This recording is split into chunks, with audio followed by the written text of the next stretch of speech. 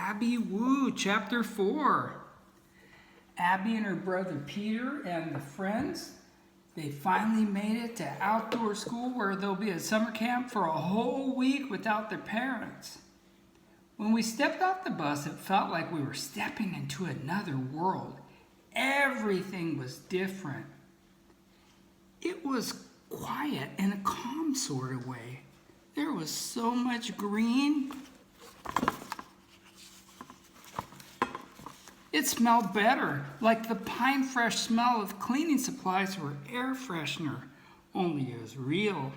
Too bad I only got to enjoy it for 11 minutes and 27 seconds. As soon as we unloaded all our stuff from the bus, Mrs. Lopez decided to drop the biggest nightmare of a bomb. Say it with me, cabin assignments. I hadn't even considered a scenario where I wasn't in the same cabin as at least one of my friends, but it turns out we were all split up. Maybe this was Mrs. Lopez's revenge for that one time I snuck snacks into the library and got crumbs all over the reading carpet. It's bad enough that we were separated, but it got even worse when I found out who was in my group. Uh-oh, let's see who her nightmare people are. My cabin counselor was this girl named Katrina. Unlike a lot of the other high school volunteers, she didn't seem all that excited to be there. In fact, she didn't seem to care at all. On the other hand, the girls in my cabin were extra excited to be there. The only problem was they knew each other already. Look at this little illustration here.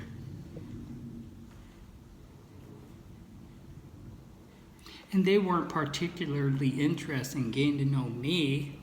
Plus, they clicked with each other in a way that I just didn't.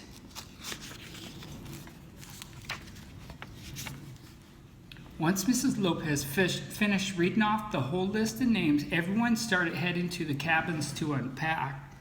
On the way there, Katrina barely paid attention to where we were even going, while Crystal, Lindsay, and Kaylee just talked to each other the whole time.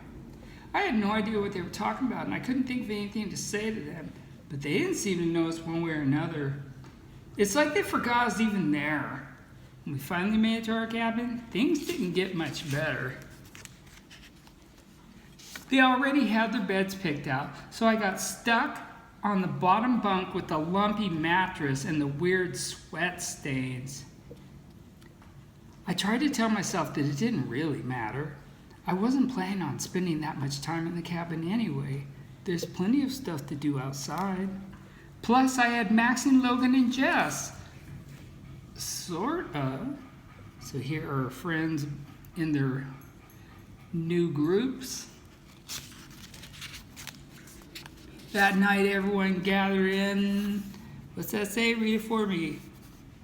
For our official Welcome to Outdoor School Orientation session. Despite its intense name, the arena was actually just this outdoor amphitheater big enough to fit everyone at camp. We were forced to sit with our cabin mates for bonding purposes, which felt a little excessive. We already share a bathroom and sleep in the same room. How much bonding time do we need? It was a pretty standard welcome orientation, laying out the camp rules, introducing all the counselors and stuff, encouraging us to make the most of our time and all that. But then Mrs. Lopez brought up, let's see if any of my students remember this, the golden pig.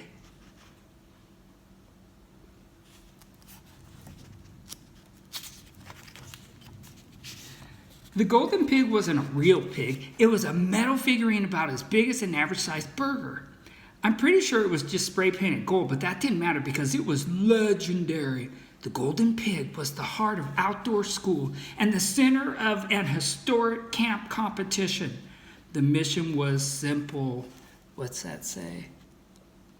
Protect the golden pig. Rules. Number 1, someone must be in charge of the golden pig at all times. 2, the golden pig must always be visible. It cannot be hidden. 3, Every time the camp bell rings, the golden pig must be passed to another person. Do not, under any circumstances, let the counselors take the golden pig.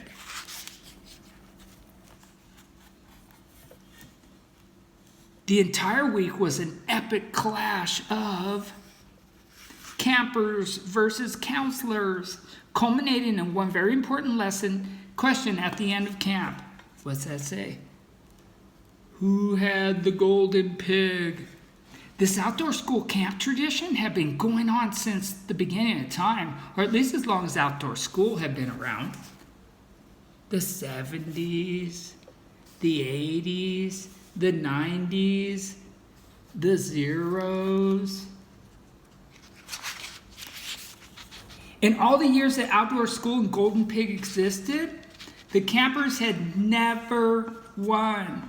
The closest they got was Peter's year. They were only a few hours away from victory, but then they lost it. Some people call it a curse, or maybe it was, but curses could be broken, and this year had to be different.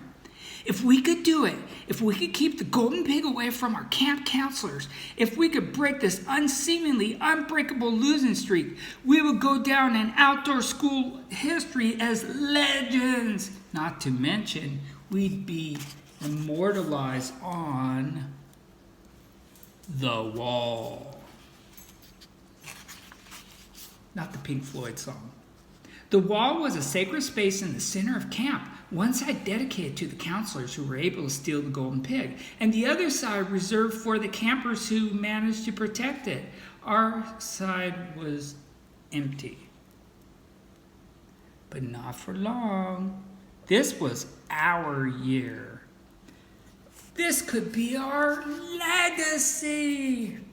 Plus, rumor had it that the winning side got a massive victory party with pizza and cake and ice cream floats, while the losing side had to take care of all the end of camp cleanup. We had to win no matter what. That's the end of that chapter. I hope you enjoyed it.